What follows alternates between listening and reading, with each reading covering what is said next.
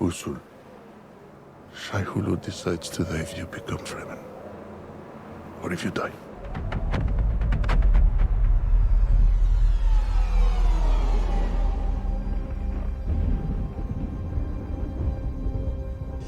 In Frank Herbert's Dune, readers are introduced to Paul Atreides, the prophesized Kwisatz Haderach, come one generation early. Oops. Through its 800-plus pages, it granted an intimate knowledge to his inner thoughts and motivations. So it would be an understatement to say that translating that depth of insight from book to screen would present significant challenges, particularly in the scenes like the final duel with Feyd-Rautha Harkonnen. In the novel, the climactic duel between Paul and Feyd-Rautha is a pivotal moment that encapsulates Paul's internal conflict, his sense of duty, and the weight of his destiny as the Kwisatz Haderach. So in the climax, in a single scene with almost no words, how does one get us, the viewer, to empathize with Paul Atreides in a meaningful way?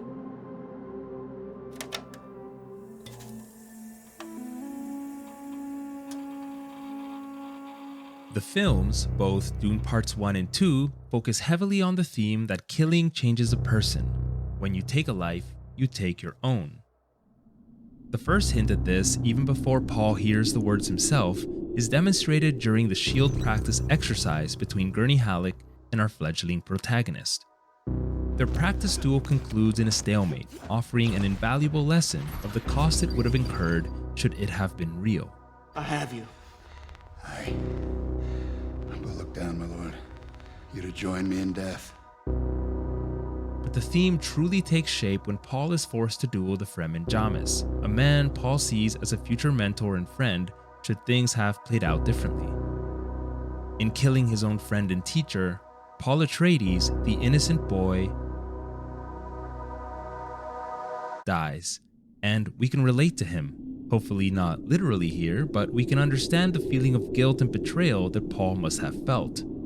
Paul goes on to kill a lot, but as far as the viewer is concerned, his emotional transformation is complete.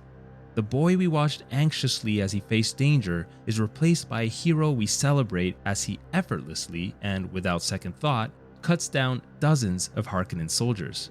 We are allotted this freedom until the climax of the second film, Paul's duel with Feyd-Rautha Harkonnen, the second time that we are asked to share in Paul's anxiety towards the taking of another's life, or rather, the cost that he will have to bear.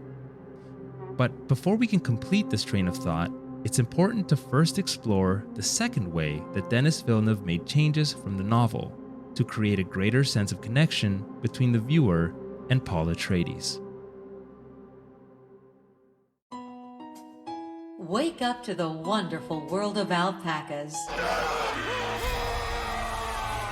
It's such a great feeling to wake up in the morning and know I can step out of bed, go get my cup of coffee, look out the window. There are my alpacas.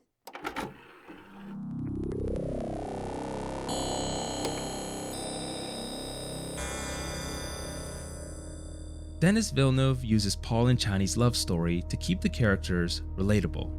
Before traveling south on Arrakis, Paul tells Chani he'll love her as long as he breathes. Chani replies that he'll never lose her as long as he stays who he is. A declaration of love, but also a warning that she's worried about who he's becoming. Throughout the film, we watch as Paul inches closer to doing what must be done and playing his part as the Lisan al-Gaib.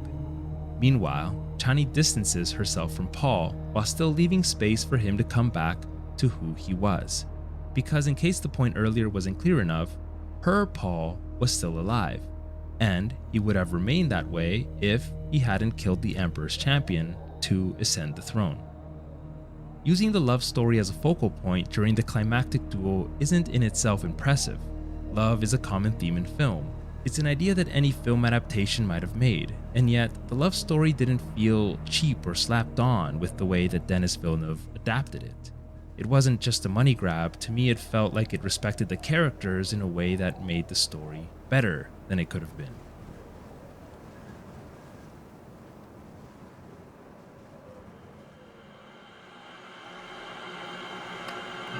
Father, the sleeper has awakened!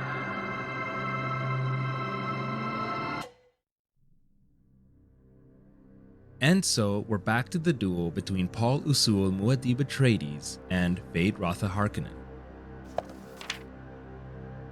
To recap, in the novel, Paul's inner conflict during the duel revolved heavily around his sense of duty and the weight of his destiny. A weight that isn't impossible for us to imagine, but that's just it for us to imagine. Sure, we can imagine what it must have been like to be a teen with foresight and the weight of expectation that a Messiah might carry, all while navigating through multiple potential futures and not necessarily choosing the one best for ourselves. That can work in a book, but in a film, I don't think there's quite enough time. So instead of all that, we understand the weight of his destiny through the cost of his love.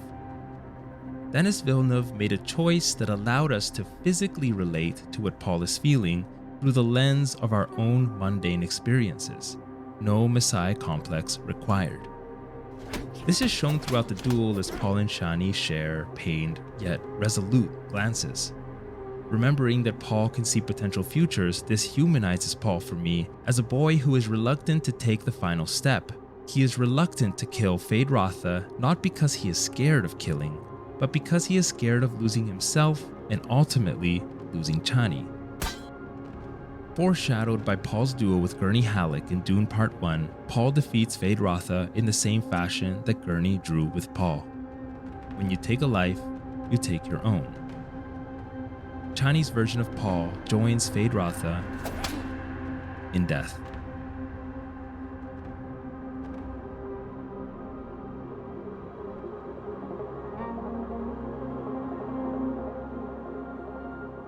Chani leaves Paul after the duel and his ascension to Emperor, a change from the novel that I think makes the movie better.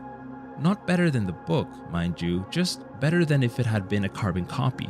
But we also don't know to what extent this change will go, or if it will all converge to something similar if there's a part 3. We can only analyze from what we were given on a future that is impossible to read for us non-Lisan al-Gaibs. Ultimately, many will argue against the changes from the source material, and understandably so. But I think the film's deviations were justified and necessary to create a deeper exploration of Paul Atreides' character within the constraints of the cinematic medium.